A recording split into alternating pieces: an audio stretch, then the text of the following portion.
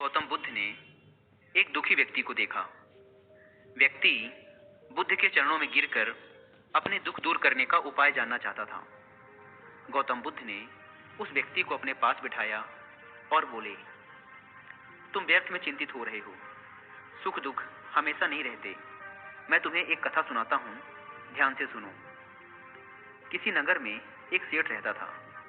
वह बड़ा ही उदार और परोपकारी था। उसके दरवाजे पर जो भी आता था वह उसे खाली हाथ नहीं जाने देता था और दिल खोलकर उसकी मदद करता था।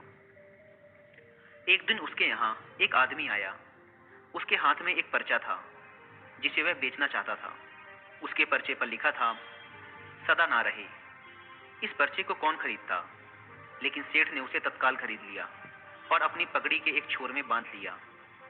नगर के कुछ लोग सेठ से ईर्ष्या करते थे। उन्होंने एक दिन राजा के पास जाकर उसकी शिकायत की, जिससे राजा ने सेठ को पकड़वाकर जेल में डलवा दिया। जेल में काफी दिन निकल गए। सेठ बहुत दुखी था। क्या करे, उसकी समझ में कुछ नहीं आ रहा था। एक दिन अकस्मात सेठ का हाथ पगड़ी की गांठ पर पड़ गया। उसने गांठ को खोलकर पर्चा निकाला और उसे पढ़ा। पढ़ते ही उसकी आंखें खुल गई।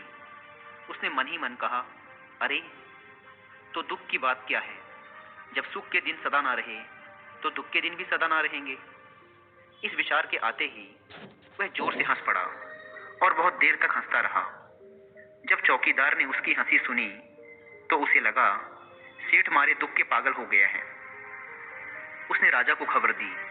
राजा आया और उसने सेठ से पूछा, क्या बात है। सेठ ने राजा को सारी बात बता दी। उसने कहा, राजन, आदमी दुखी क्यों होता है। सुख दुख के दिन तो सदा बदलते रहते हैं। सुख और दुख तो जीवन के दो पहलू हैं। यदि आज सुख है तो हो सकता है कल हमें दुख का मुंह भी देखना पड़े। यह सुनकर राजा को बोध हो गया। उसने सेठ को जेल से निकलवाकर उसके घर भिजवा दिया।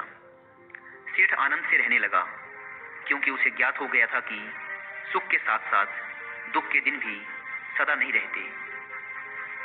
बुद्ध के मुंह से यह कथा सुनकर उस व्यक्ति के मन का बोझ हल्का हो गया। उसने गौतम बुद्ध का आशीर्वाद लिया और अपने घर की ओर चल पड़ा।